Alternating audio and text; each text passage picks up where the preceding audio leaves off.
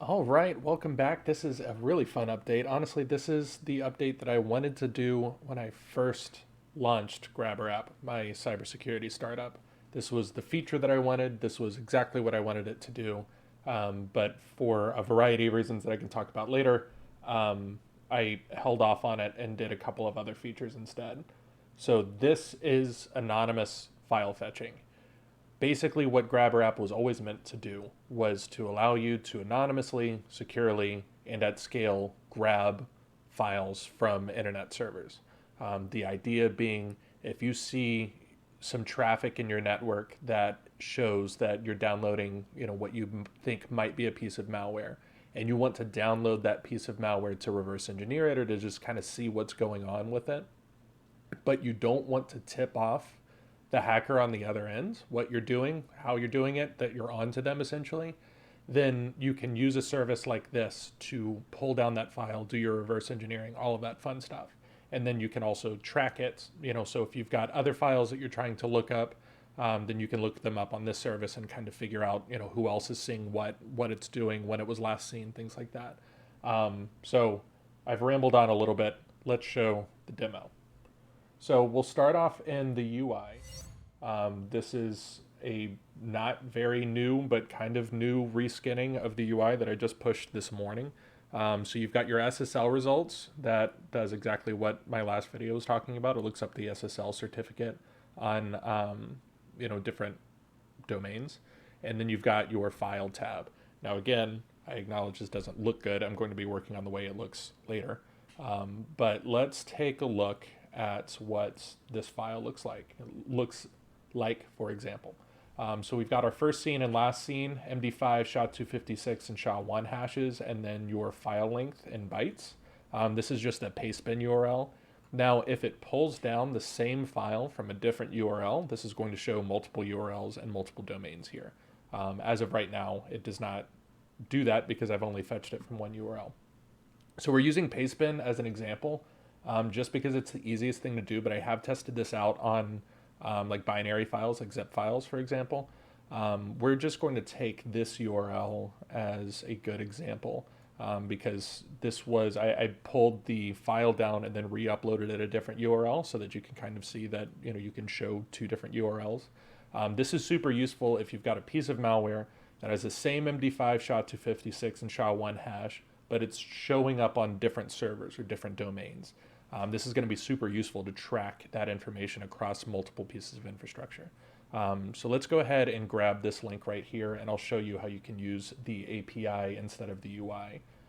You can also download the file, so let me go ahead and hit this download button, save it, and we can view it right up here. It is just this Python script. Might or might not be malicious. I didn't actually check it out. It doesn't do anything because I'm not running it in Python, but so it doesn't really matter. So if we go back over, let's look at this Go file right here.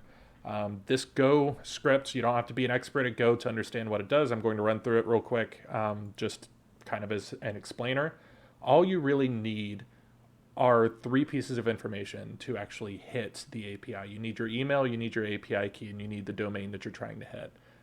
This is a bit of a misnomer. It's not actually a domain, it's a URL, but whatever. So we're going to send the request to grabbrapp.io/API/data API or DAPI /file.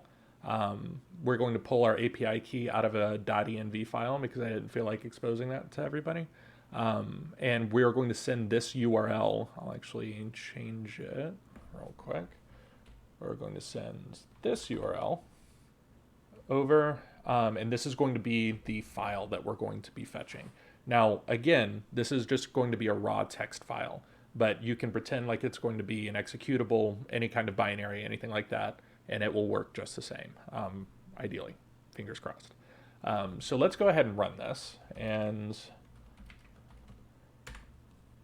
we will see it output to this out.txt. I'll go ahead and delete that to just kind of show that I'm not faking this. It does take a second for it to run because let me explain kind of what it's doing in the background. It is picking an anonymized VPS in the cloud. Actually just finished. It is picking a VPS in the cloud to use as a proxy essentially to download that file, run some analysis on it, and then store it indefinitely so that you can grab it wherever you want. It is doing all of this in the background, and then every 2 hours, those VPSs are getting burned down and restarted again. So your files are all gone off of that infrastructure. That infrastructure is burned. So even if the threat actor figures out, hey, somebody's on to me, I'm going to trace it back to this IP, and they were to, let's say, worst case scenario, hack into that VPS within the 2 hour time frame, they're not getting any information about you because all of your information is anonymized. It's kept off of the server. And they only have access to that server for, 2 hours or less. So that server is then burned down. So if we look over here at out.txt, we have that same Python script that was pulled down. Again, it's difficult to show kind of like why this is useful from the perspective of just like grabbing something off of Pastebin, because most people don't really worry too much about pulling stuff off of Pastebin. But just picture this being a malware sample that you pulled off of a VPS that you found on Shodan or something like that. I'm actually going to show that in a later video, kind of do some use case work. But if you go back over here to dashboard and over to file, you can see that request made right there at 9:55, so a minute ago. And you've got all of the information about it right here. So all of the hashes. Eventually, I'm going to do more kind of file analysis to pull down some more information. But this is a really good POC, proof of concept, to kind of show exactly how it works. And again, you can access this dashboard from anywhere, so you can download these samples also from anywhere. Pull them down and open them up, and you've got that same Python script. So lots to kind of unpack there.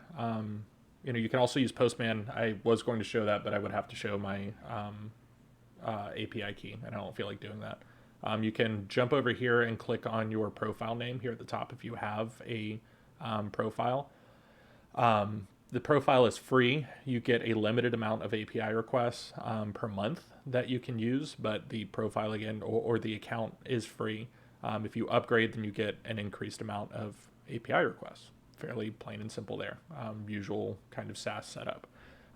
So lots of things to unpack there. I think this is probably one of the most useful things that I've thought of, for GrabbrApp's kind of usage.